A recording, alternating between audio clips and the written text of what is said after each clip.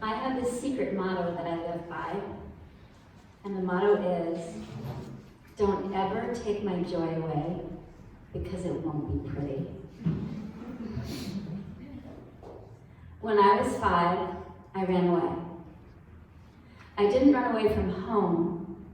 I ran away from a wheelchair in a hospital with a lot of adults around, and a bunch of doctors and nurses and parents were running around the hospital trying to find me.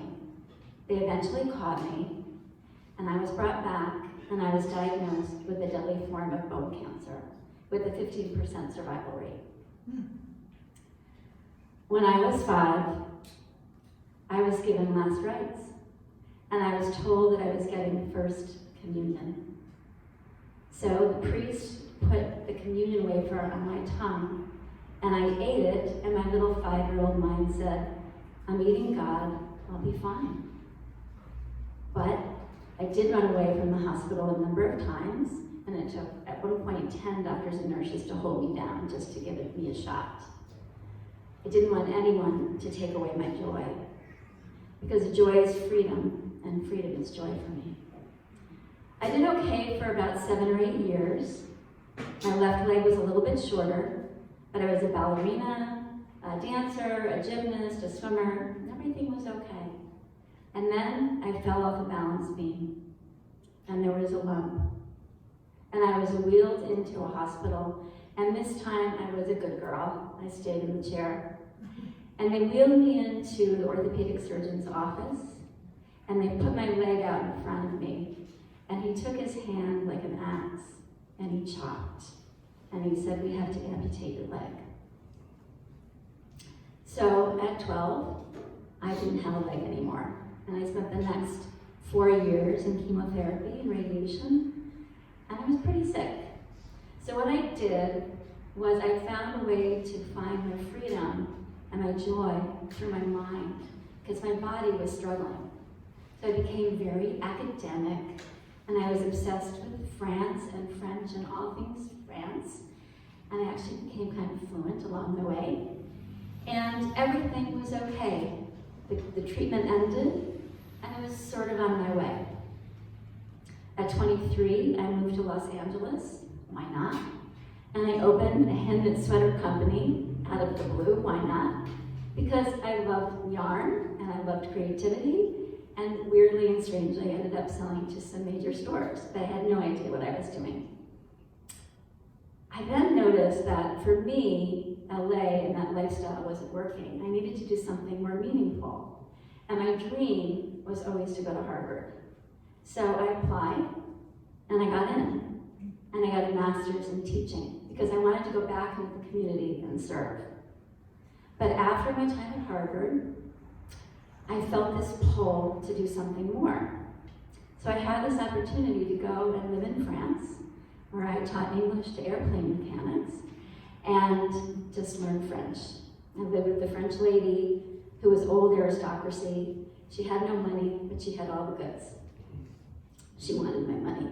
So I was there and I was living my dream. But I was kind of weak and kind of tired.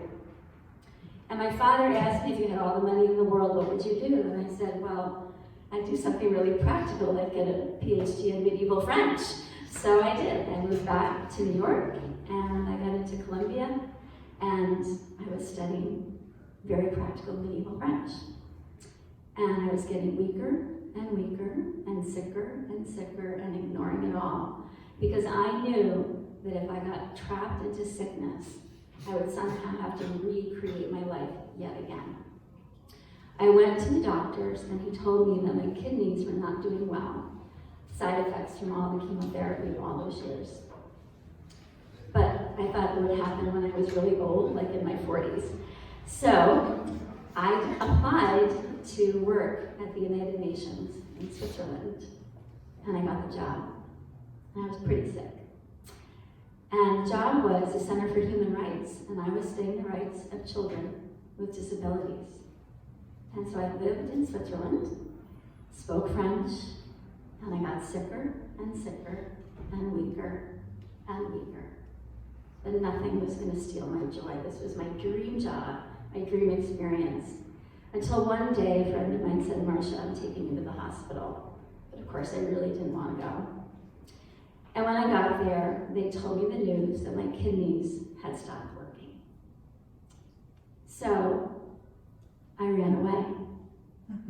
I ran away from the hospital, and I walked along the field of sunflowers, and I was trying to decide, should I go through with this, or should I just end it all? And I decided to come back, and once again, the doctors and the nurses and the staff were furious with me because they had been looking around the hospital for me, and I was nowhere to be found.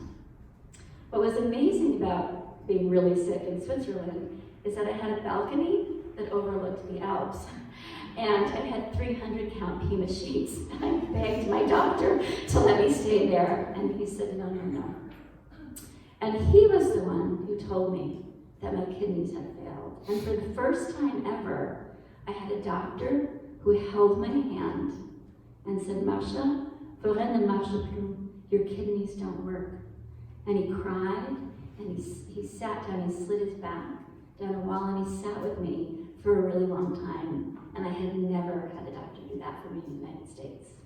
So you can see why I wanted to stay. But I flew back, and I tried to continue with my PhD, and I just couldn't. I was so weak and so tired.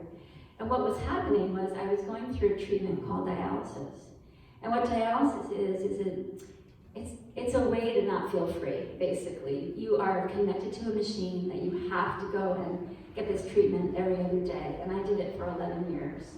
And it's a treatment where they put one massive needle in to pull the blood out, and the blood goes through a filter, which they actually call a kidney, and then the clean blood goes back into your body. So you can imagine after 11 years, I was pretty slender and pretty weak and fragile, but I did it, and true to form, true to Marsha form, I moved away from my mind, and I moved more into my body.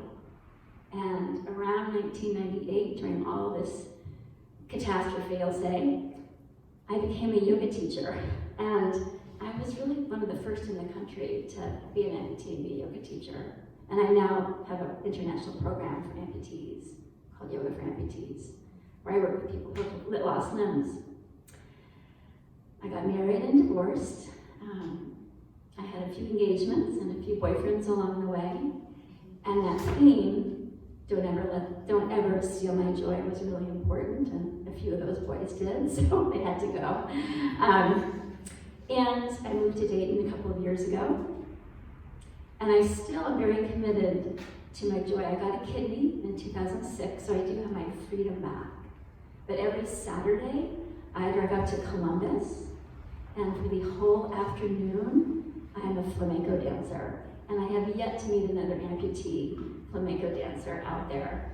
So I just say to myself and to all of you, please don't waste a day.